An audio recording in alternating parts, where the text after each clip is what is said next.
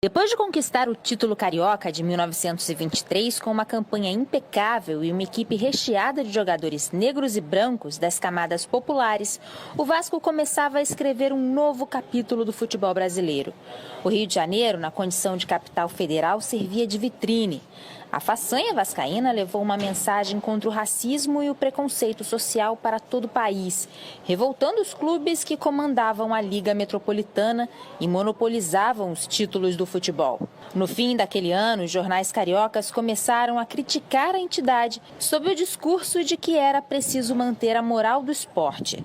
Nos primeiros meses de 1924, os clubes das elites romperam com a Liga Metropolitana e criaram a Associação Metropolitana de Esportes Atléticos, a AMEA, cujos fundadores foram América, Bangu, Botafogo, Flamengo e Fluminense. O Vasco da Gama foi convidado para fazer parte da nova liga, mas com algumas condições. Dentre elas, a exclusão de 12 de seus jogadores considerados pela AMEA como indivíduos despossuídos de condições morais para a prática do esporte. O Estatuto da AMEA tinha como um de seus principais objetivos impedir que clubes montassem equipes competitivas com jogadores das camadas populares. Para isso, permitia que se exercesse um poder de exclusão de forma extremamente preconceituosa, baseando-se no critério do analfabetismo e das condições de natureza da profissão dos atletas. O então presidente do Vasco, José Augusto Prestes, decidiu por não excluir os jogadores vascaínos. A negativa representou o repúdio total da entidade ao racismo e ao preconceito social. O futebol carioca ficou dividido. De um lado, o campeão da cidade, do outro, os 4 grandes clubes da AMEA. As multidões continuavam a comparecer aos jogos do Vasco. Retornando para a Liga Metropolitana, o clube conquistou mais uma vez o campeonato carioca, e de forma invicta. Por ser o time que somava mais pontos nos últimos 3 anos, o Vasco ganhou a posse definitiva da Taça Constantino. No intuito de se ver livre dos onerosos aluguéis de estádios, no dia 28 de março de 1925, o Vasco assinou uma escritura de compromisso de compra e venda do terreno, onde seria erguido o Estádio Vasco da Gama. Adquirido o terreno para a construção do estádio em 28 de março de 1925 e tendo pago a sua última prestação em 6 de outubro, os dirigentes vascaínos hastearam o pavilhão do clube no local do futuro estádio, no dia 20 de dezembro daquele ano. Após esse esforço inicial, era preciso angariar recursos para o erguimento do estádio.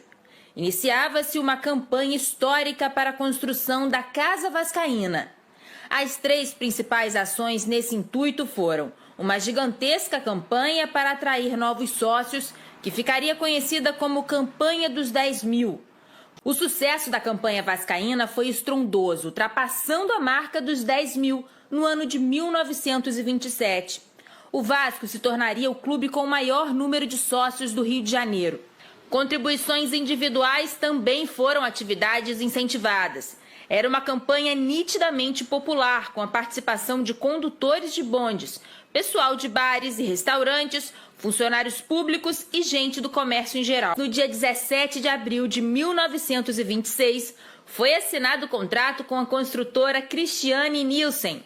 As obras tiveram seu pontapé inicial no dia 6 de junho, com o lançamento da pedra fundamental, no qual foi inserida uma cápsula do tempo, na área do futuro estádio. O Vasco solicitou a importação do cimento belga, que era de melhor qualidade em comparação ao cimento nacional.